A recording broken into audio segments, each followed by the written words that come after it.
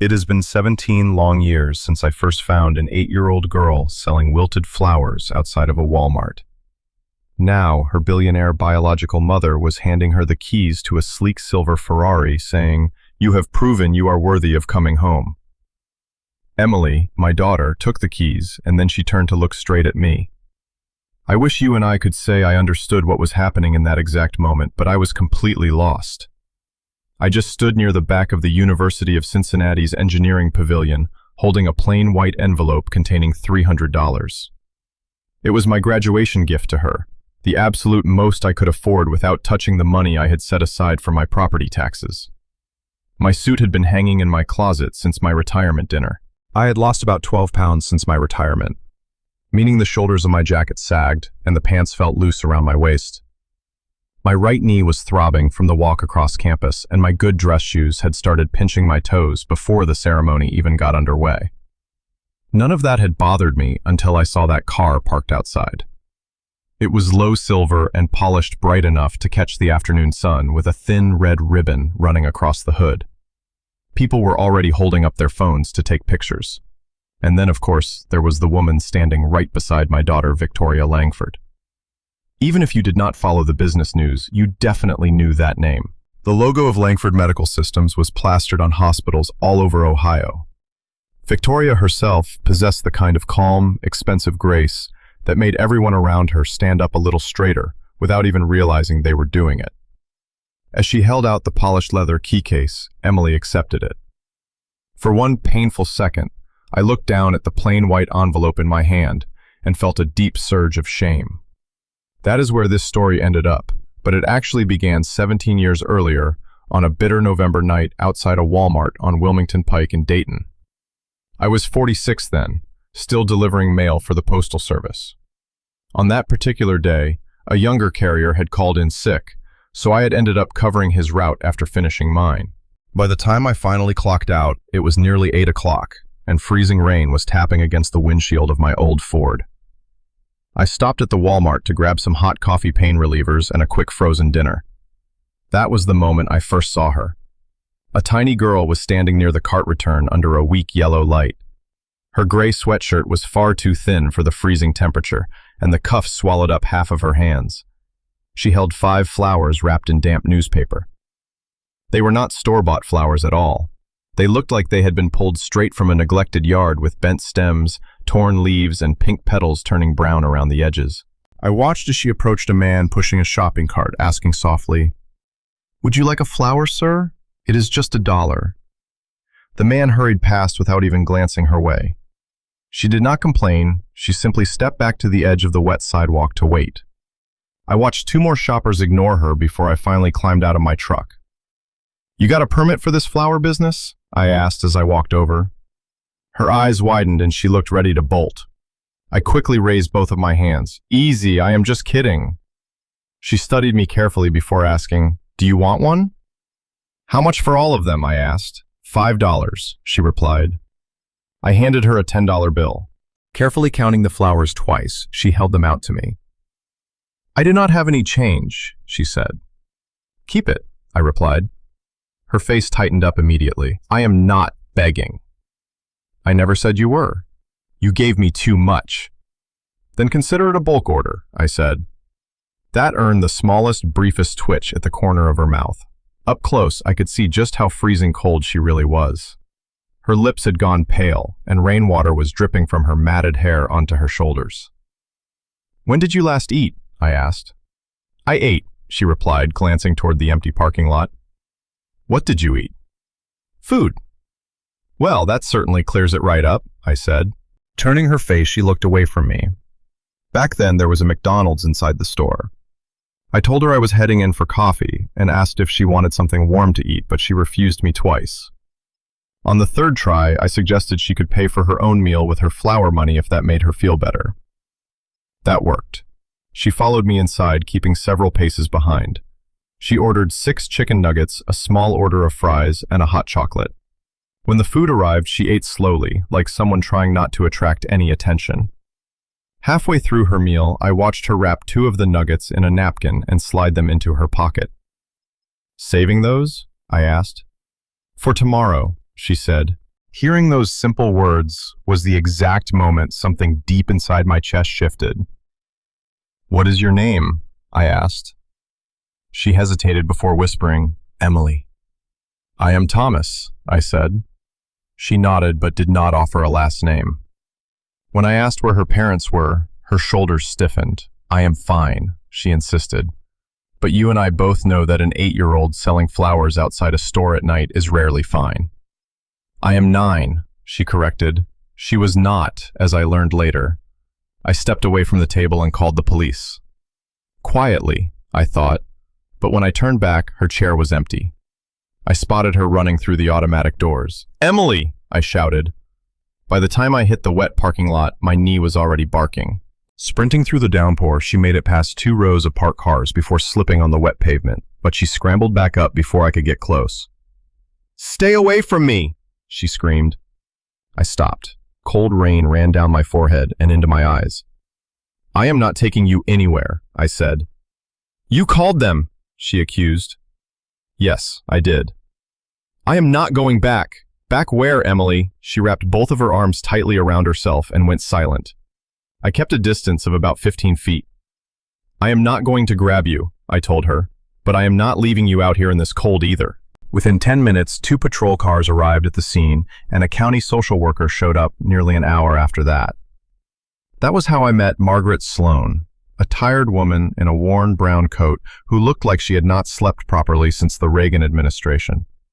She knelt beside Emily and spoke to her gently, but Emily refused to answer. Finally, Margaret pulled me aside. "She ran from a foster placement yesterday," she said. "Why?" I asked. "We are still sorting that out." "She said she is not going back." Margaret glanced toward the girl. "There was an older boy in the home. He had been taking her food and threatening her. The foster parents did not catch it soon enough." I asked where her family was.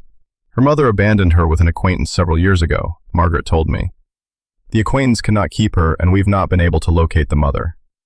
I looked at Emily sitting in the back of the patrol car, still clutching the paper bag with her leftover nuggets. "What happens now?" Margaret gave me a weary look. "Tonight, emergency placement. Tomorrow, paperwork." I did not bring Emily home that night. Real life does not work like the movies. You do not find a frightened child in a parking lot and simply decide she belongs to you.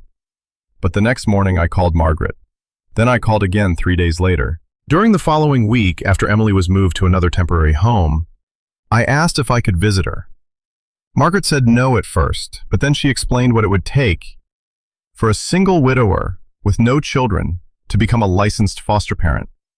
It required background checks, home inspections, training sessions, financial reviews, and interviews that felt more like interrogations. I signed up anyway. It took 7 months before Emily finally crossed the doorway of my little house in Belmont, carrying everything she owned in one black trash bag. She stood in the living room and looked around. "How long am I staying?" she asked. "As long as they let you," I said. She did not like that answer.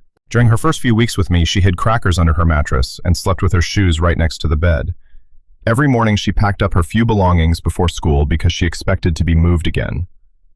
One evening, she knocked a drinking glass off the kitchen counter and it shattered. Emily froze. Her hands went stiff at her sides and all the color drained from her face as she looked at me like a person watching an approaching storm. I simply picked up the broom. "It is just a glass, kiddo," I said. "We have plenty more." She stared at me. "That is it." "What else would there be?" I asked. Her chin began to tremble and the tears started to flow. Then she sank down onto the kitchen floor and sobbed so hard she could barely catch her breath. Nearly 2 years after that, a judge finally finalized her adoption. Standing outside the courtroom, Emily held my hand tightly and asked, "Does this mean they cannot send me somewhere else?" "Not unless you plan on putting me in a nursing home someday," I told her. She laughed and called me Dad for the very first time. Back then, I truly believed her biological mother had vanished without knowing what became of her. I was wrong. Victoria Langford knew exactly where Emily lived and went to school. She even knew about the nights I worked overtime because we could not cover her medical bills. For 17 years, that wealthy woman watched us from a distance, and she never once came to our door. During the first year Emily lived with me, she did not trust anything that could not fit inside a backpack. food, clothes, school supplies, and especially people. It took a long time before she stopped asking me every Sunday night if she was still allowed to stay. For a while, I thought the official adoption papers would fix that deep-seated fear, but they did not. You and I both know that a judge can easily change a child's last name in a single afternoon, but he cannot simply erase the trauma of being moved from one house to another. Consequently, I learned not to make grand speeches and instead focused on simply showing up for her every day. When she was 10, I bought her a used Schwinn bicycle at a garage sale on Patterson Road. It was a gaudy purple under 3 layers of chip paint, and the front brake barely worked. Emily stood beside it in our driveway, looking skeptical. "You bought that for $12. You got robbed." I prefer to think I made an investment. "In tetanus," she joked. I laughed and told her to get the sandpaper. We spent 2 Saturdays taking it apart and repainting it blue. The first time she tried riding without training wheels, she made it halfway down our sidewalk before tipping directly into Mrs. I still remember the afternoon Emily crashed straight into Callahan's hedge. I ran to help, but she snapped, telling me not to touch her. I just wanted to make sure she was okay, but she insisted she could do it. With blood running down her shin, she dragged that bicycle upright, climbed back on, and tried again. That was Emily. She would accept a bandage eventually, but only after proving she could survive the cut on her own. When she was 14, she got suspended for punching a boy in the school cafeteria. I had to leave work when the assistant principal called. When I arrived, Emily sat in the office with her arms folded tight and a red mark across her knuckle. The boy had called her a charity case after finding out she was adopted. Deep down, I wanted to tell her that I understood how much those words stung. Instead, I looked her in the eye and told her she was going to apologize. Her head snapped toward me, and she protested that he had started it. I told her that while he had used his mouth, she had used her fist. She asked if she was just supposed to let people say whatever they wanted. I told her no, but you walk away, you report it, or you answer with words. You do not get to hit people just because they found the one thing that hurts. She did not say a single word to me during the entire drive home. I pulled into a Bob Evans anyway. She stared at the sign and muttered that she thought she was grounded. I told her she was, but grounded people still need lunch. While we were eating apple pie, I told her she did not have to be ashamed of where she came from, but she could not use it as an excuse to become cruel. She pushed her fork through the crust and said she hated when I sounded reasonable. I told her most teenagers do. She ended up apologizing to the boy the next morning. She did not mean every word, but she said them. By high school, Emily had become the kind of student teachers remembered. It was not because she raised her hand the most, but because she stayed after class to ask how things worked. She was so good at math, far better than I ever was. When she took algebra, I spent 3 nights at the kitchen table relearning equations just to help her. I watched online videos, filled a notepad, and still got a problem wrong.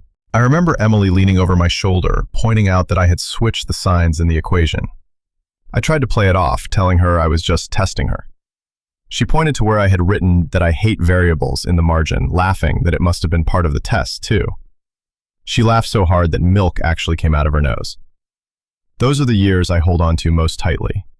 It is not the big birthdays or the report cards I picture, but those quiet Tuesday nights at the kitchen table, the smell of burned grilled cheese, and our arguments over whether she was old enough to stay out past 10 o'clock.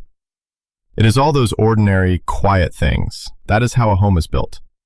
It does not happen all at once, but piece by piece when nobody is watching.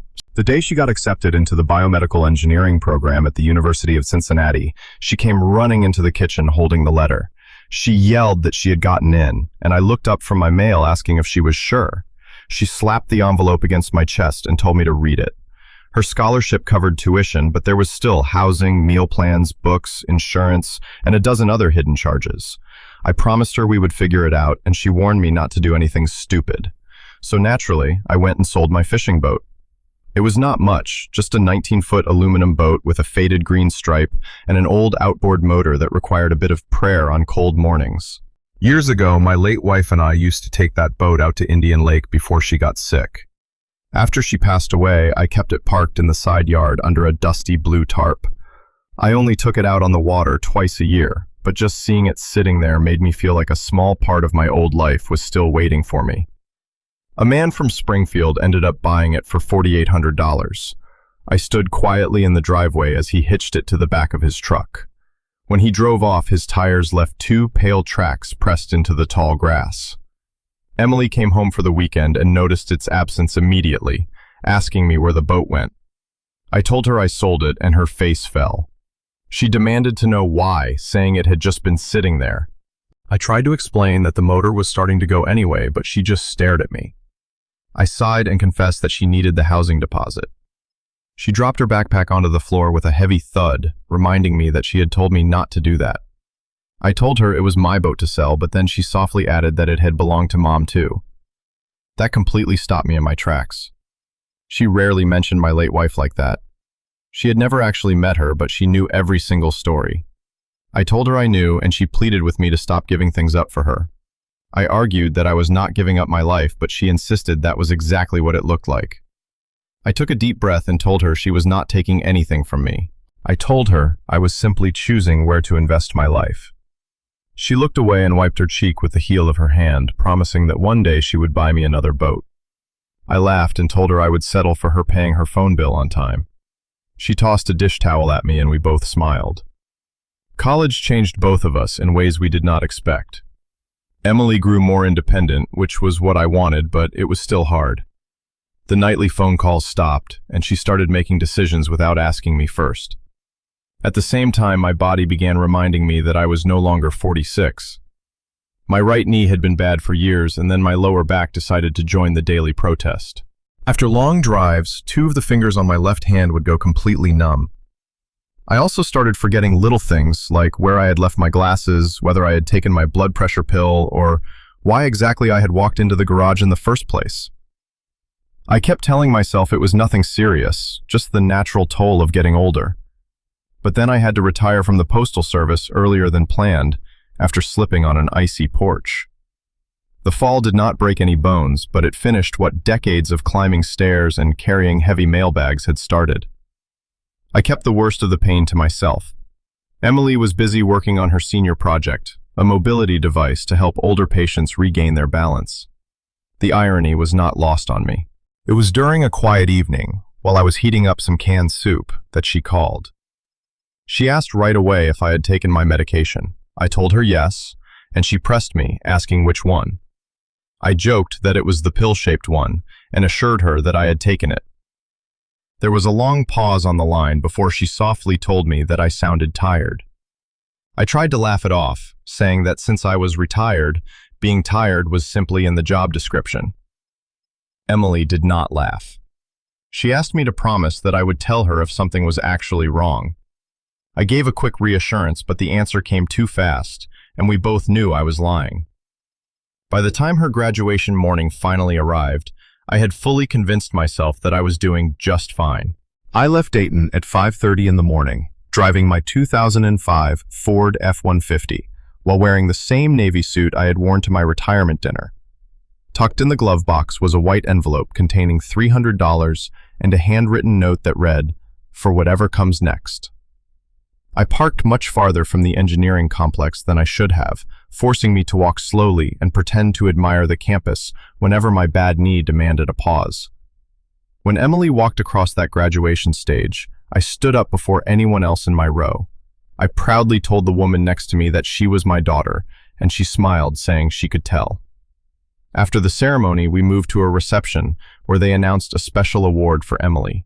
That was when Victoria Langford made her entrance. Dressed in a cream-colored suit, she walked in, flanked by two assistants and the university dean. Outside, two black SUVs waited near the curb. I already knew her name from television commercials and hospital wings. She stepped to the microphone and praised Emily's work, speaking about innovation, discipline, and building a better future. Then the tone of her voice shifted. She announced there was another reason this young woman mattered to her. I watched Emily go completely still as Victoria turned toward her and declared that she was her biological mother. Nobody cheered. For several seconds, the only sound in the room was the low hum of the air conditioning. I turned to look at Emily, expecting to see shock on her face, but she did not look surprised at all.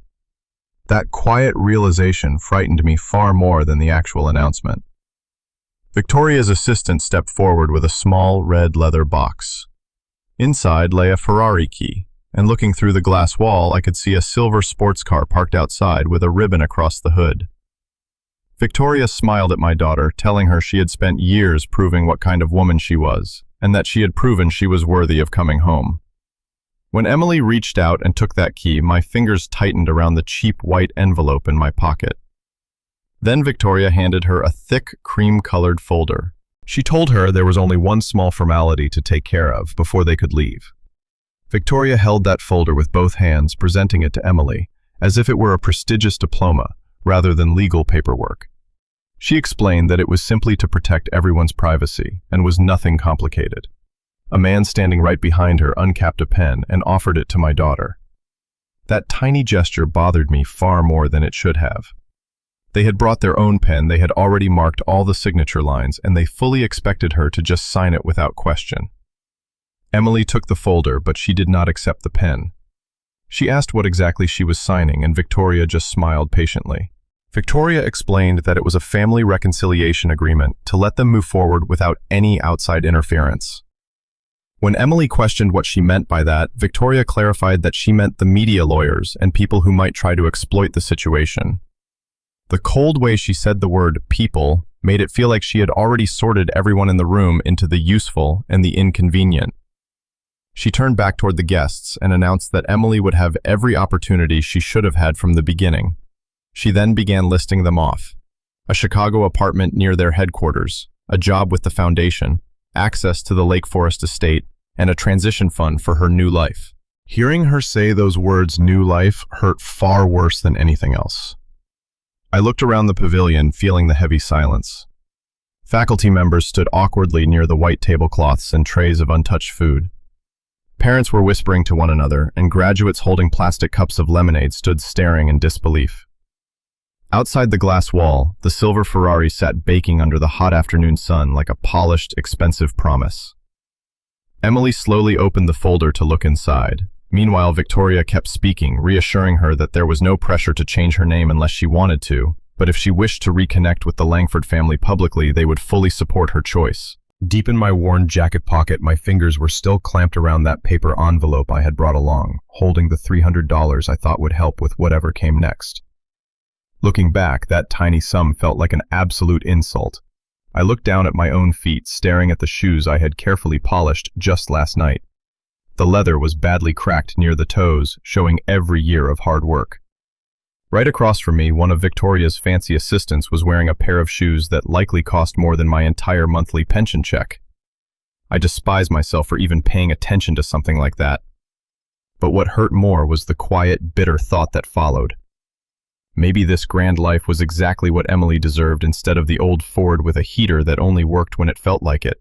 She did not deserve to be stuck in my simple, single-story house with its loose gutter and a bathroom door that never shut properly. She did not deserve a father who had to keep lists on the refrigerator because his memory was slipping. Maybe love meant stepping aside so someone else could give her everything. Yet a bitter part of me wanted Emily to throw those keys right through the glass wall, call Victoria a coward, and tell everyone that none of this mattered. But that was just my own pain. The father in me knew a much harder truth. If she wanted this life, I had to let her choose it without making her feel guilty for leaving me behind. As I let my fingers relax around the envelope, Emily slowly turned one heavy page of the document, then another. She looked up and asked Victoria if she had actually read it. Victoria gave a quick dismissive nod and said, "Of course." When Emily asked if she had read every single section, Victoria shifted, saying her legal team had prepared the entire thing. But Emily did not back down, reminding her that was not what she had asked. The silence in the room deepened as Victoria's polite smile turned thin and tight, admitting she had indeed reviewed it. From where I stood, the text was a blur, but I could clearly see the bright yellow tabs marking signature lines and initial boxes. An assistant stepped forward with a pen, telling her she could take her time, which felt incredibly insincere. Then Emily pointed directly at one paragraph. Pointing to the page, Emily read aloud the part where she had to agree that Victoria had made reasonable efforts to locate and support her over the years. Victoria remained perfectly composed, claiming it was just standard legal language. But when Emily bluntly asked if it was actually true, Victoria hesitated, offering a hollow assurance that they had never stopped caring. Emily raised her eyes, firmly stating that was not what she had asked. Victoria shot a quick, nervous glance at the university dean before turning back to explain that there were complex circumstances Emily could not possibly understand.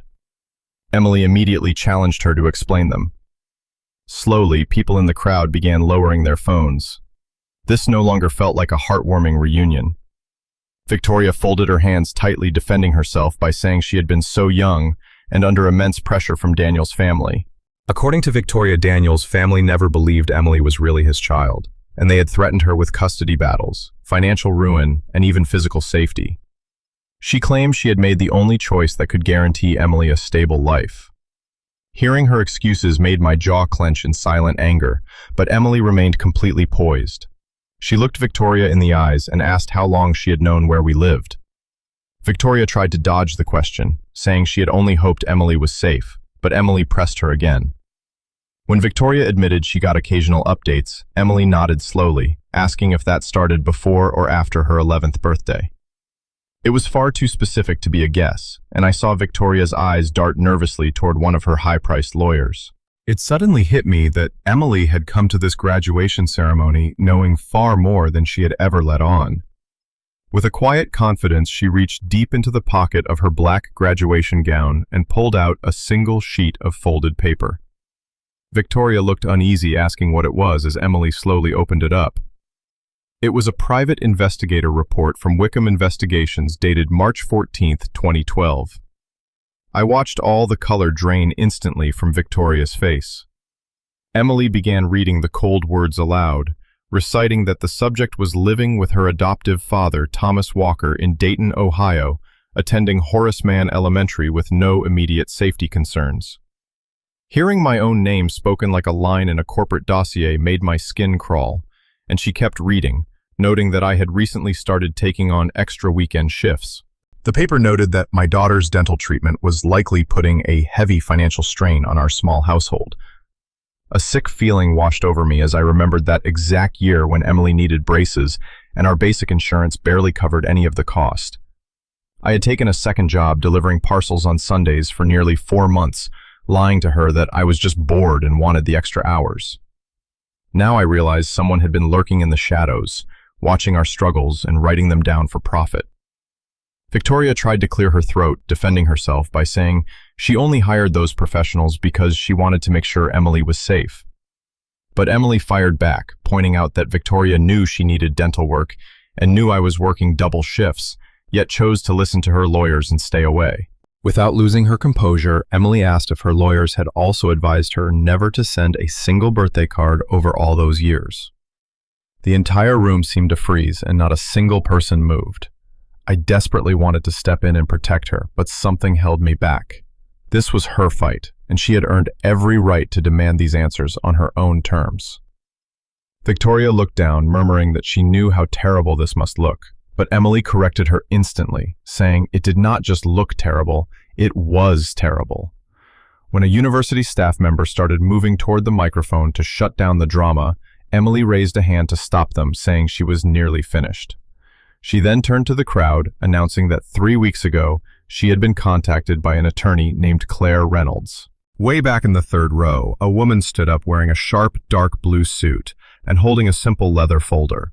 She had no entourage of assistants or private security guards with her. Victoria stared at her with pure hostility, snapping that she had no authority to contact Emily before the estate review was finalized. The woman, whose name was Claire Reynolds, remained completely calm, stating she represented the independent trustee and was legally obligated to notify Emily. When Emily glanced back at me, I must have looked entirely bewildered because her expression softened for a fleeting moment. She then explained that Victoria's husband, Daniel Langford, had passed away 8 months ago, leaving a trust that included all biological children, which led the trustee directly to her. After a DNA test with Daniel's brother confirmed the match beyond any doubt, Emily was legally established as Daniel Langford's biological daughter. This meant she was entitled to a massive portion of the family trust, completely independent of Victoria's approval. Claire Reynolds spoke up clearly, pointing out that Emily was under no obligation to move in with Victoria. Although Victoria's lawyer quickly stepped in to claim this was not the venue for legal arguments, Claire completely ignored him. She went on to state that Emily did not have to change her last name, join their wealthy foundation, or sign away her right to speak the truth about her upbringing. Looking at that fancy cream-colored folder in Emily's hands, I realized it was not a gift at all, but a set of golden handcuffs. The expensive package they tried to hand my daughter was nothing more than a highly polished leash. I stared at Emily, my voice barely a whisper, as I asked if she had known about this all along. She nodded quietly, admitting she had known for 3 weeks. When I asked why she had kept it from me, her eyes locked onto mine, and she explained she needed to see for herself why Victoria was suddenly reaching out. That confession cut deeper than any physical blow. It was not because she had done anything wrong, but because she had carried such a massive burden entirely by herself. Victoria tried to step closer, suggesting they talk privately, and warning Emily that she was being used by outsiders. But Emily just stared down at the heavy Ferrari key resting in her open hand. Slowly, Emily curled her fingers tightly around the key, looking Victoria in the eye and thanking her as she accepted the luxury car. I watched Victoria's tense shoulders instantly drop as a triumphant smile returned to her face, while my own heart sank into my chest. But then Emily turned directly to Claire Reynolds, stating she wanted her attorney to lay out exactly what Mrs. Langford expected from her in exchange. Claire did not rush as she stepped up to the front, showing a calm confidence that made everyone else in the crowded pavilion look completely out of their depth. Victoria's lawyer was muttering frantically to his assistant, and the dean stood with his hands clasped, desperately trying to figure out if this was a legal nightmare or a public relations catastrophe. With the quiet poise of someone walking up to a bank teller, Claire stood right next to Emily. She spoke clearly into the quiet room, establishing for the record that she represented only the independent trustee for Daniel Langford's estate, not Victoria, her medical company, or this university. When Victoria's attorney tried to block her by claiming this was a private family matter, Claire looked him dead in the eye and remarked that it probably should not have been announced in front of more than 200 people then. A wave of awkward, nervous laughter rippled through the gathered crowd, and I even saw Emily look down to suppress a quick smile. Claire then calmly opened her leather folder, ready to reveal what was hidden inside those pages. Addressing the crowd, Claire declared that Emily had been legally confirmed as Daniel Langford's biological daughter and was an official beneficiary of his trust. She made it clear that Emily's status did not depend on where she lived, what name she used, whether she worked for the family, or if she kept a relationship with Victoria. Victoria defensively lifted her chin, claiming nobody had suggested otherwise, but Claire simply turned a page in her file, pointing out that the contract they drafted said otherwise in multiple places. Victoria's attorney shook his head in frustration, calling it a massive mischaracterization. Claire calmly offered to explain the details to everyone. The lawyer opened his mouth to protest, but Victoria raised a hand to silence him. Though Victoria commanded everyone to let her speak in a tight voice, I could see her pulse pounding rapidly at the base of her throat. Claire held up the elegant folder, explaining that this agreement demanded Emily acknowledge that Victoria made reasonable efforts to support her as a child. Emily looked directly at Victoria and quietly whispered that she had not. Victoria's lips pressed into a hard line as Claire went on to reveal that the contract also banned Emily from ever discussing her abandonment, the secret investigation reports, or the bitter financial hardships she endured after going into the foster care system. A wave of shocked whispers suddenly surged through the audience, the truth finally breaking out into the open air. According to Claire, the document also forced Emily to sign away all potential legal claims, even ones she did not know existed yet. It went so far as to hand over complete control of her childhood story to a public relations team hired by the Langfords, who would have veto power over any interview or statement she ever made. I watched the university dean rub his temples in despair. Victoria tried to address the crowd, claiming legal language always sounds harsh out of context. But Emily folded her arms, demanding to know what possible context could make a blatant lie truth. When Victoria begged her to stop, Emily pointed out that Victoria was the one who had invited the local news cameras in the first place, turning her life into a media stunt. It turned out they had only traveled here for the university event in the first place, but you went ahead and made arrangements for them to remain for the award ceremony anyway. Victoria remained silent, offering no reply, while Claire slowly closed the manila folder on the table. This agreement was never requested by the independent trustee, and Emily's inheritance does not depend on her signing it. Hearing that the man who had just offered Emily the pen quietly slid it back into his jacket pocket, Victoria's face tightened as she claimed she was only trying to protect my girl from a media circus. Emily looked around the room and replied that she was the one who created it. A dry, uneasy laugh rippled through the room, and Victoria's eyes flashed with anger, though she quickly composed herself. Adopting a much gentler tone, she turned back toward Emily and pleaded, saying she only knew fragments of what actually transpired. But Emily countered immediately, stating she knew the only part that mattered, that she was abandoned. Victoria argued that she was only 29 years old then, and that Daniel's family threatened to cut her off entirely and destroy her in court so she would never see her child again. When Emily asked why she did not fight, Victoria admitted she was terrified. Emily nodded, saying she understood being scared once. But as Victoria's face shifted, my daughter added that she was not frightened for just a single day. She had 17 whole years to do something. Silence fell again, and Victoria looked at me, hoping I would step in. A bitter laugh nearly escaped my lips at her silent plea for help. Instead, I finally voiced the question that had been weighing heavily on my chest ever since Emily first showed me the private investigator's report. I asked if her high-priced lawyers had also instructed her never to send a simple birthday card. Victoria stared at me, and for the first time she actually seemed to see me. I was no longer just the gray-haired man by the wall or a minor obstacle. I was the person who had actually been there, raising her daughter, while she watched from afar. She claimed they told her contact might destabilize the placement. For 17 years. She looked away, and I decided not to mention the night Emily woke up from surgery, terrified I would leave her. Part of me desperately wanted to remind her of that grueling Christmas Eve I spent working overtime, just because I was short on the money for Emily's braces. I wanted to pull out every single struggle and sacrifice I had made over the years like a stack of receipts. But as I looked at Emily standing next to Claire, I realized this was not my trial to fight.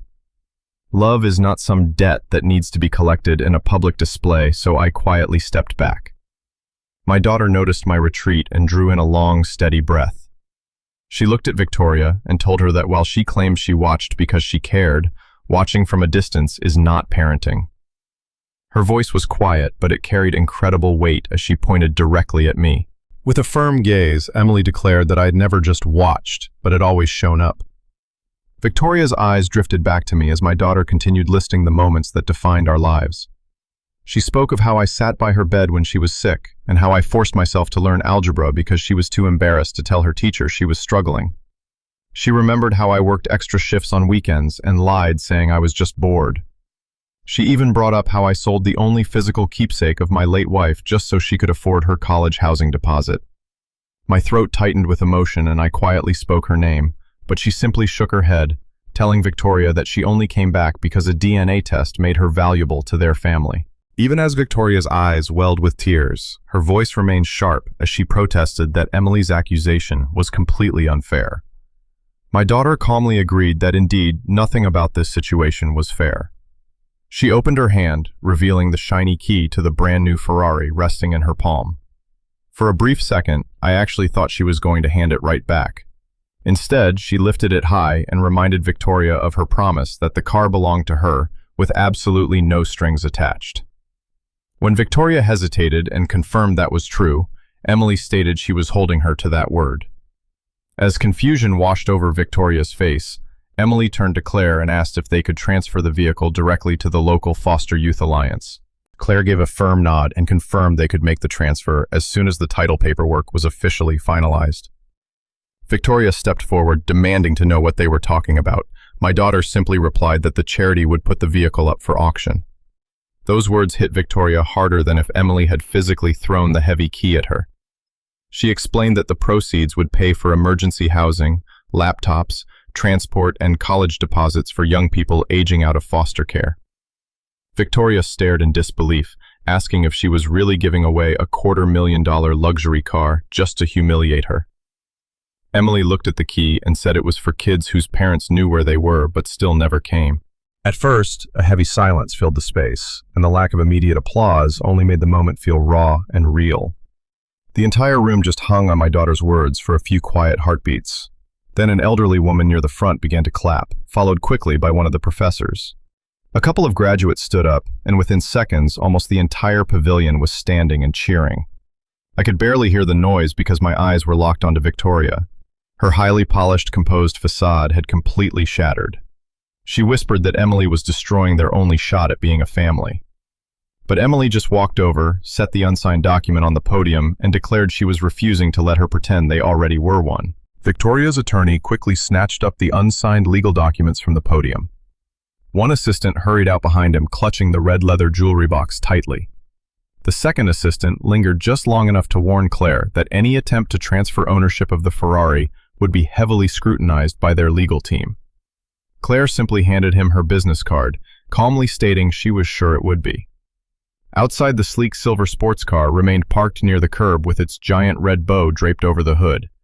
Emily and I walked right past the gathering crowd.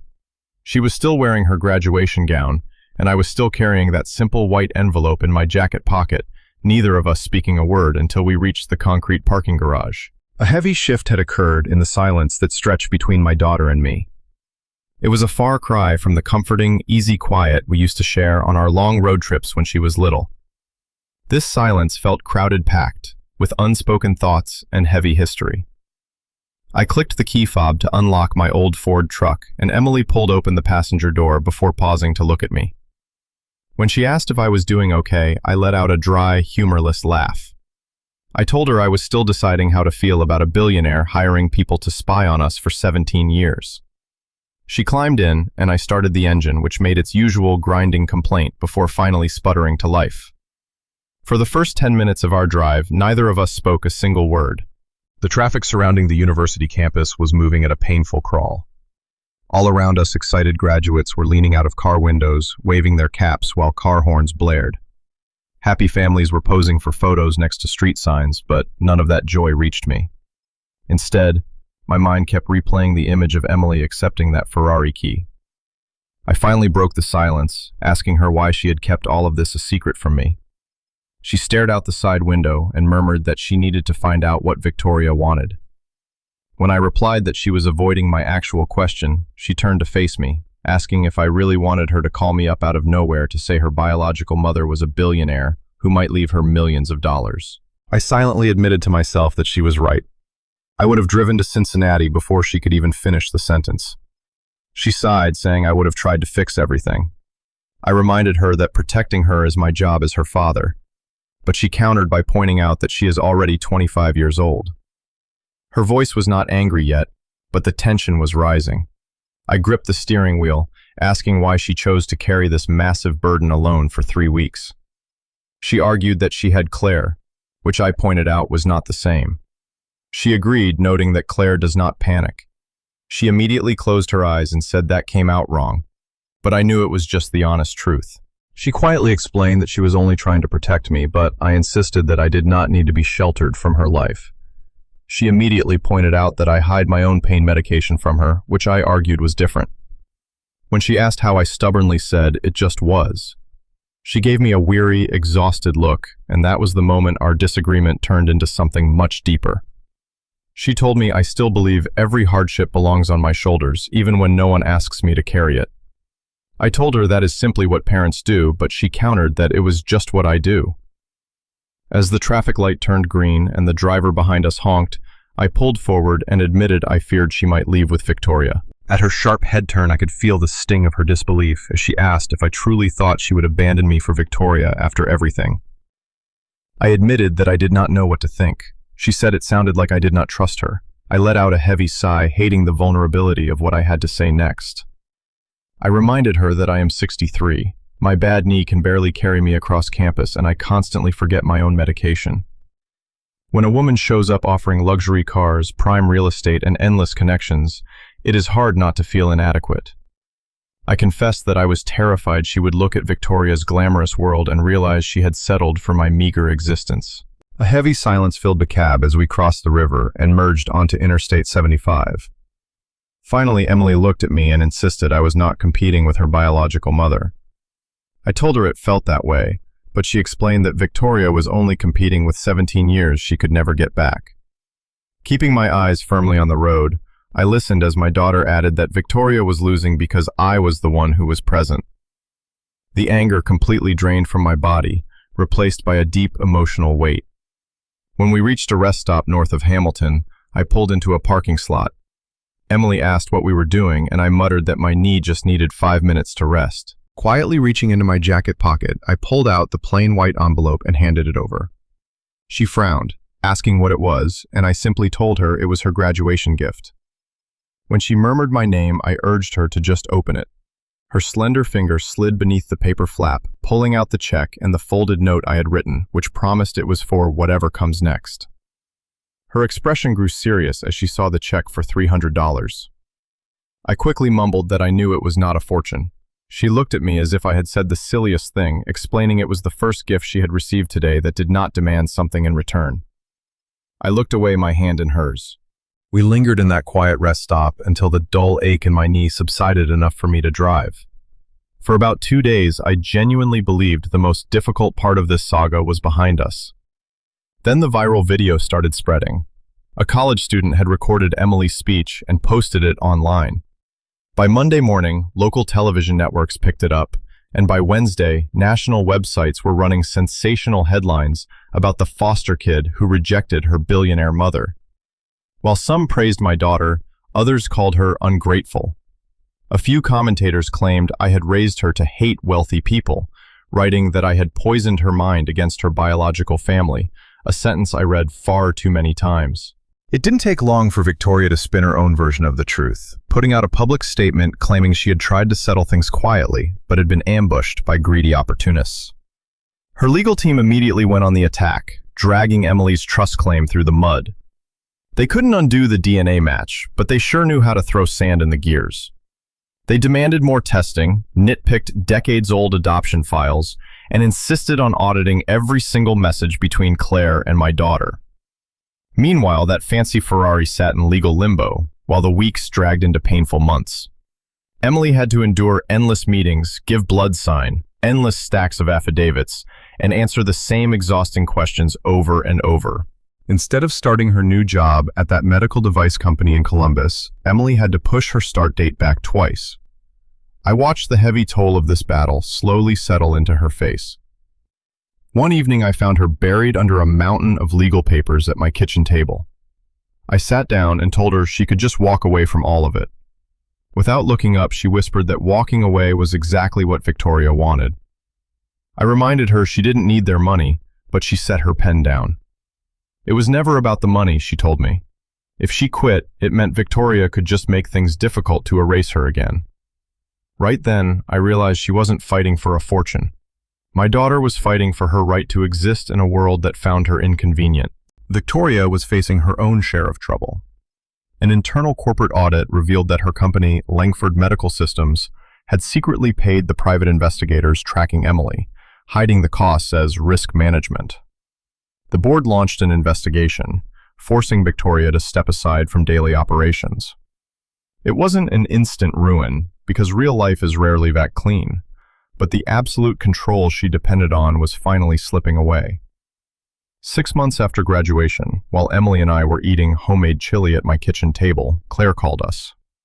Her voice came through the speakerphone, saying the trustee had fully approved the claim. Emily just closed her eyes in relief, and I reached over to take her hand, feeling a sudden rush of warmth. Claire's voice came through again, warning us there was one more detail. She told us Victoria was asking for a private meeting before the final paperwork was signed. Emily's eyes snapped open, asking if there would be lawyers. No, Claire said. What about public relations people? No, Claire replied, pausing before saying Victoria wanted to meet completely alone.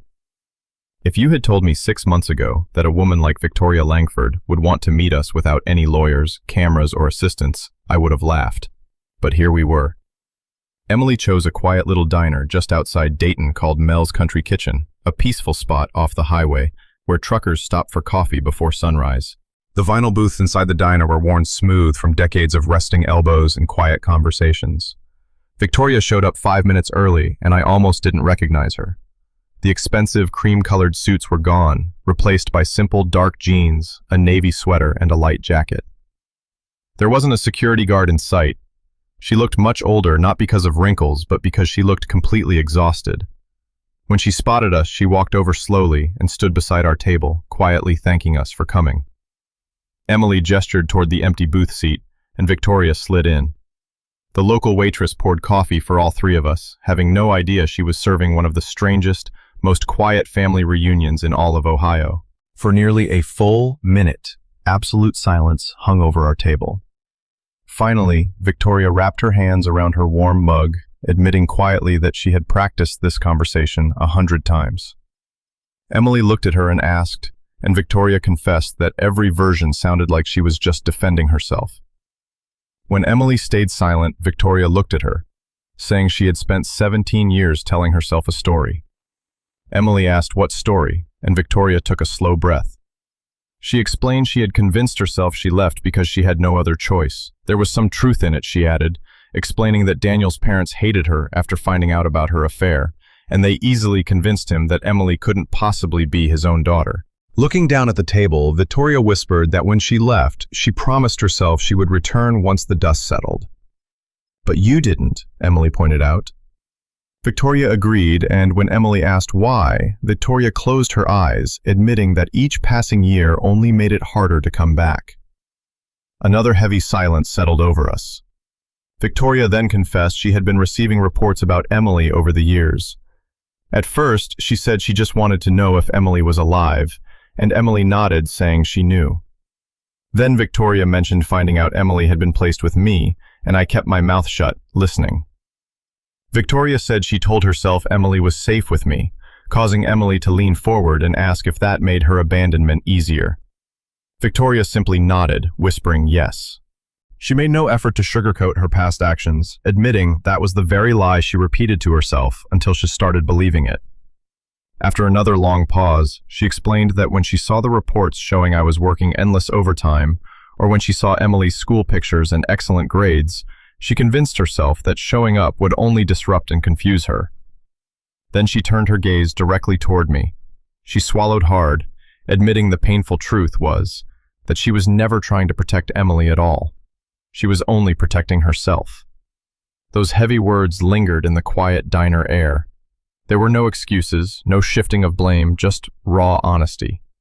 She whispered that she had been absolutely terrified, prompting Emily to quietly ask what she was so afraid of. Victoria admitted she was terrified of seeing the actual damage she had caused.